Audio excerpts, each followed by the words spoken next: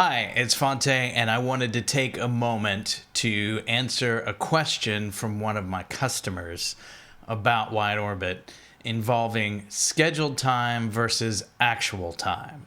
So I've got a couple of images up here. We've got the template that is in question, as well as this playlist that is in question. And so the customer asked, and let me read the exact email here. She said, please see the two screenshots below. Why is there a difference between the playlist and the template?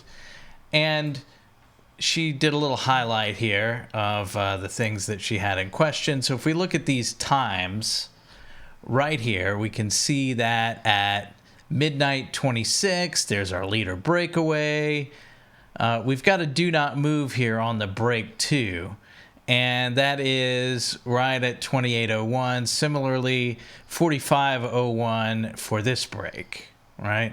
But if we look at the things between them, and this is sort of the difference between, or one of the differences between scheduled time and actual time.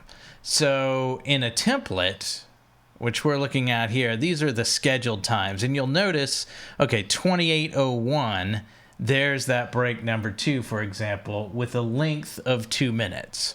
So you would expect that this then would actually happen at 30, and then the times would go on after that. These times sort of float based on what happens with this merge point right here.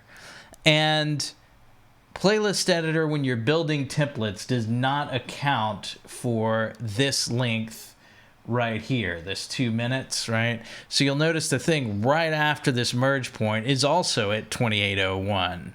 And the only way that would actually happen is if this break did not fill at all. If we look at this, this is the playlist here, which was created from that template. We can see, okay, our do not move is at 28:01. The spot then lands at 28:01. And then now this is at 29:01, right?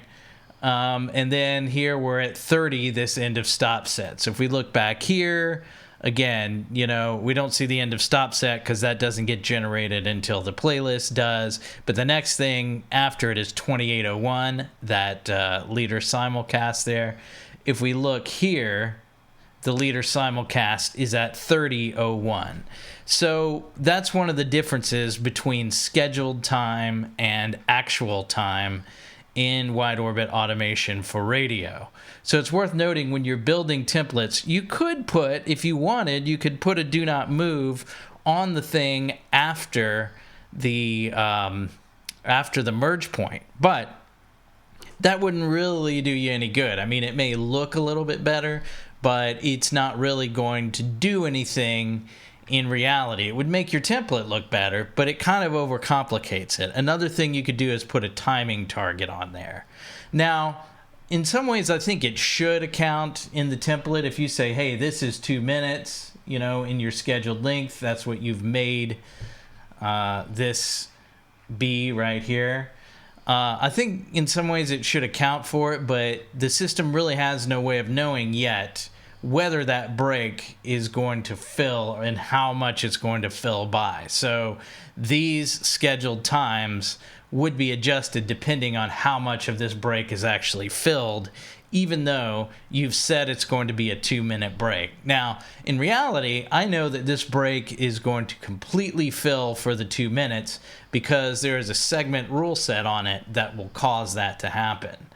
But when you're building the template, you know, it doesn't necessarily account for that segment rule set. So this is a question a customer asked, and I thought it might be valuable to show you why that is.